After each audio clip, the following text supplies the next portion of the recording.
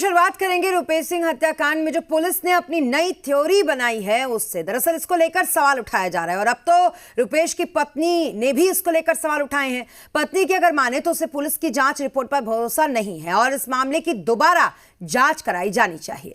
आपको बता दें कि रुपेश की पत्नी ने इसको लेकर सवाल उठाते हुए कहा है कि इस थ्योरी पर भरोसा जरा भी नहीं है। यह भी कहा जा रहा है कि अब सीबीआई जांच की मांग नीतू सिंह यानी कि जो रुपेश की पत्नी है उनके द्वारा की जा रही है और कहा यह भी जा रहा है कि पूरे केस की दोबारा जांच कराइए। आपको बता दें कि बीते महीने जिस तरीके से रुपेश हत्याकांड को अंजाम दिया गया तो उसके बाद पुलिस के लिए बहुत बड़ा सवाल था। खुद मुख्यमंत्री नीतीश कुमार इस पूरे हत्याकांड को बेहद नजदीक से देख रहे थे और साथ ही साथ इस हत्याकांड के लिए एसआईटी का गठन भी उन्होंने किया था ताकि जल्द से जल्द इसका खुलासा हो सके कि इसमें कौन शामिल है। दूसरी तरफ आरजेडी से लेकर तमाम विपक्षी पार्टियों ने रुपेश हत्याकांड के बाद एक बार फिर सिस्टम पर सवाल उठाना शुरू कर दिया था और लगातार जो सुरक्षा व्यवस्था बिगड़ रही है उसको लेकर सवाल उठाना शुरू कर दिया था। चौतरफा गिरी सरकार को जल्द से जल्द इस मामले को सुलझाना था। ऐसे में कल हमने देखा कि बड़ा खुलासा होने की पहले बात की गई। हर कोई टकटकी लगाकर यह देख रहा था कि क्या कुछ बिहार की पुलिस इस पर कहती है और आखिरकार वो कौन थे जिन्होंने इस हत्याकांड को इतनी आसानी से और साथ ही साथ इतने स्मार्ट तरीके से अंजाम दिया था, क्योंकि कहीं से कुछ भी सुराग पुलिस को बहुत दिनों तक हाथ नहीं लगा था। उसके बाद जब पुलिस आगे आई तो प्रेस कॉन्फ्रेंस में पुलिस ने यह बताया कि किस तरीके से रोड रेज के मामले में उनकी मौत हो गई, उनकी हत्या कर दी गई, लेकिन अब उनकी पत्नी नीतू सिंह को इस थ्योरी पर भरोसा नहीं है। बहस भी नहीं हुआ है। 29 तारीख की घटना है ये। 29 के बाद आप लोग 7 तारीख के साथ गोवा घूमने गए थे। 7 को गए थे और इतने दिन तक तो कोई घटना नहीं हुई। कुछ नहीं। अब आप क्या चाहती है? जब पुलिस इस तरह की थ्योरी पेश कर रही है और करे कि मामला खत्म हो गया तो अब नहीं, हमको संतुष्टि नहीं है, हमको न्याय चाहिए। आपको लगा कि न्याय नहीं हुआ? नहीं, न्याय नहीं मिला हमको अभी। पुलिस जो थ्योरी दे रही है उस पर आपको गलत नहीं, भरोसा नहीं है। तो आप अब क्या मतलब किससे आप गुहार लगाएंगी? अब पुलिस ने तो अपनी जांच पूरी कर ली उस हिसाब से। हम एसपी साहब से हम बोल रहे हैं। एसपी साहब की बातचीत हुई है कि नहीं? नहीं, हमसे तो नहीं हुई है। एक तरफ रुपेश सिंह हत्याकांड को सुलझा लेने का दावा किया जा रहा है। पुलिस कह रही है कि सत्ता पक्ष भी पुलिस की पीठ थपथपा रहा है, लेकिन कई पूर्व मंत्रियों ने इस मामले की जांच सीबीआई से कराने की मांग की है और इस मांग को लेकर आज कई पूर्व मंत्री राज्यपाल से मिलने जाएंगे। जिन पूर्व मंत्रियों ने मांग की है उनमें पूर्व मंत्री अजीत कुमार, पूर्व मंत्री सुरेश शर्मा, वीणा शाही, पूर्व सांसद अरुण कुमार, पूर्व विधायक अवनीश सिंह और चोकर बाबा भी इसमें शामिल है। राज्यपाल ने 11 बजे मुलाकात का वक्त दिया है। 12 से ज्यादा पूर्व मंत्री और पूर्व विधायक हैं जिन्होंने मांग की है कि रुपेश सिंह हत्याकांड की जांच सीबीआई से कराई जाए।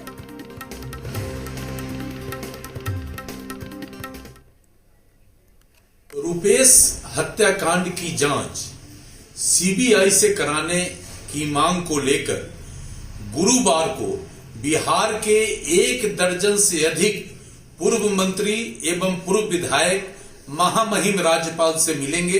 राज्यपाल महोदय के द्वारा कल 11 बजे का समय निर्धारित किया गया है। ये सारे के सारे लोग ब्रह्मर्षि समाज के लोग हैं और चूंकि रुपेश हमारे समाज के बड़ा ही उभरते हुए एक सामाजिक कार्यकर्ता, कुशल प्रशासक थे। और पटना के high profile murder case Rupesh Singh हत्याकांड को सुलझा देने का दावा पुलिस ने किया है। रोड रेज की घटना में इस वारदात को अंजाम दिया गया, लेकिन पुलिस की इस थ्योरी पर विपक्ष ने सवाल उठाया। पूछा कि क्या हत्याकांड में पुलिस लीपापोती में जुटी है, तो वहीं एनडीए ने पुलिस के खुलासे की तारीफ की।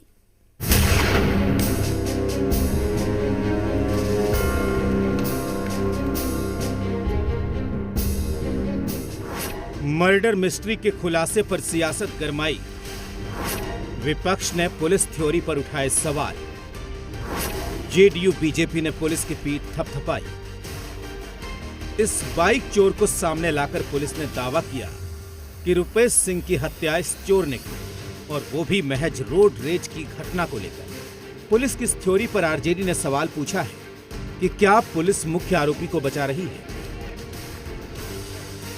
जो मेरा आरोप था कि सरकार बड़े मछलियों को बचाने के लिए कहीं न किसी को बलि का बकरा बनाएगी, तो इसी दिशा में बढ़ता हुआ इन्वेस्टिगेशन मुझे प्रतीत होता है। लेकिन विपक्ष के लोग, ये लोग इस मामले में भी राजनीति कर रहे हैं। इन लोगों को अपना काला दौर याद नहीं आता है जिसमें अपराधियों का मनोबल इतना बढ़ा हुआ रहता था। हमारी सरकार की टीआरपी और यूएसपी है क्राइम के साथ समझौता नहीं करना। हम कभी भी किसी भी अपराधी को संरक्षण नहीं देते हैं। आपकी तरह किसी भी मामले में कोई भी अपराधी हो बख्शा नहीं जाएगा। जिस तरह इस मामले का उद्भेदन हुआ है सभी मामलों का उद्भेदन होगा। दरअसल रोड रेज की घटना पर हत्या की थ्योरी विपक्ष को हजम नहीं हो रही, लेकिन इस थ्योरी पर बीजेपी को यकीन है। रुपेश जी के हत्या का उद्भेदन लगभग 1 महीने पे हुआ है, उसमें रोड रेज करार दे दिया गया है। हो सकता है पुलिस के जांच पर मेरा कोई सवाल नहीं है, वहीं तक पहुंच पाया हो, उसी को सत्य माने हो, और हमको बिहार पुलिस पे जरूर गर्व है। देखिए विपक्ष को तो कुछ भी होगा तो उस पर आक्रामक होना है। रोजगार समाप्त हो गया है, और जब रोजगार समाप्त हो जाता है, जब विपन्नता की स्थिति होती है, तो उस समय में आदमी जो है थोड़ा सा अनबैलेंस हो जाता है, बैलेंस बिगड़ जाता है, तो उसमें कुछ न कुछ कहते रहता है। विपक्ष का यह भी कहना है कि अगर पीड़ित परिवार इस जांच से संतुष्ट है तो कोई बात नहीं, और अगर सवाल है तो सरकार को जांच आगे बढ़ाना चाहिए। रितेश, जी मीडिया, पटना। पटना में high profile murder case Rupesh हत्याकांड का पुलिस ने खुलासा कर दिया। 22 दिन के बाद पुलिस ने हत्या के आरोप में एक बाइक चोर को गिरफ्तार किया और दावा किया कि बाइक चोर ने रोड रेज की घटना का इंतकाम लिया और बदला लेने के लिए हत्या की वारदात को अंजाम दे दिया। मीडिया के सामने आरोपी ने भी हत्या की बात कबूल की है।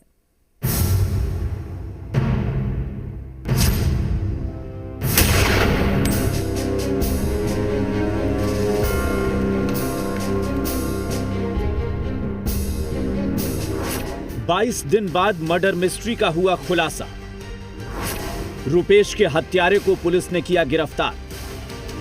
रोड रेज की घटना में हत्या का किया दावा। महज एक रोड रेज की घटना रुपेश सिंह की हत्या का कारण बन गई। जी हां, पुलिस ने पटना के high profile murder case Rupesh Singh हत्याकांड का खुलासा कर दिया है और दावा किया कि एक बाइक चोर ने रुपेश सिंह की हत्या की।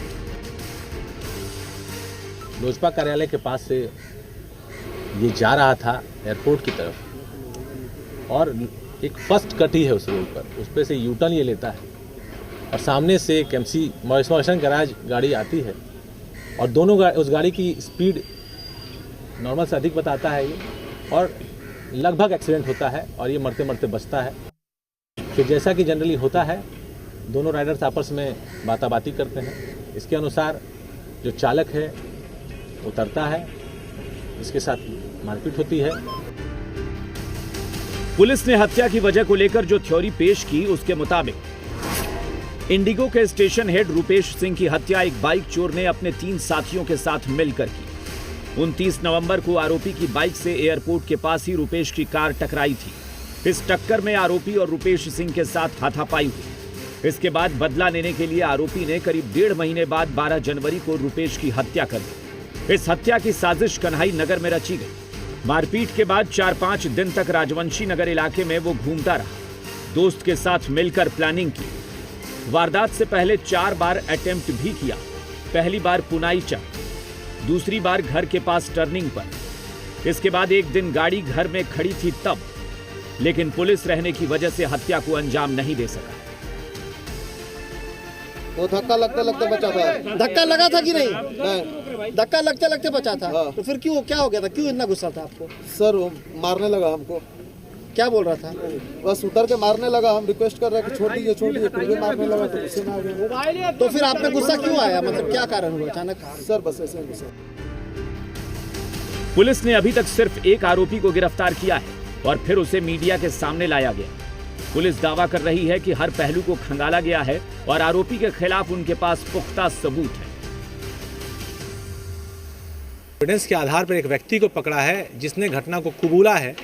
उसके पास से मर्डर वेपन बरामद हुआ है और घटना में प्रयुक्त अन्य एविडेंसेस, मटेरियल एविडेंसेस बरामद हुए हैं। हमारे CCTV की गतिविधि को, हमारे CDR के मूवमेंट्स को ये अपराधी मैच करता है। हमारे फुटेज से अपराधी का चेहरा मिलता है। 22 दिन बाद पटना के इस हाई प्रोफाइल मर्डर केस को पुलिस ने सुलझा लेने का दावा किया है। जो शंकाएं उभर रही थी वो रखी रह गई और खुलासा हुआ कि रोड रेज की घटना के बाद इंतकाम में हत्या की वारदात को अंजाम दिया गया। पुलिस का तो दावा है कि उसने हत्याकांड का खुलासा कर दिया है, लेकिन पुलिस की जांच पर लगातार सवाल उठ रहे हैं क्योंकि 3 अपराधी अभी भी गिरफ्त से बाहर हैं। अब देखना होगा कि 3 अपराधियों की गिरफ्तारी कब होती है और मामले में क्या कुछ नया सामने आता है। कैमरा पर्सन निशांत रंजन के साथ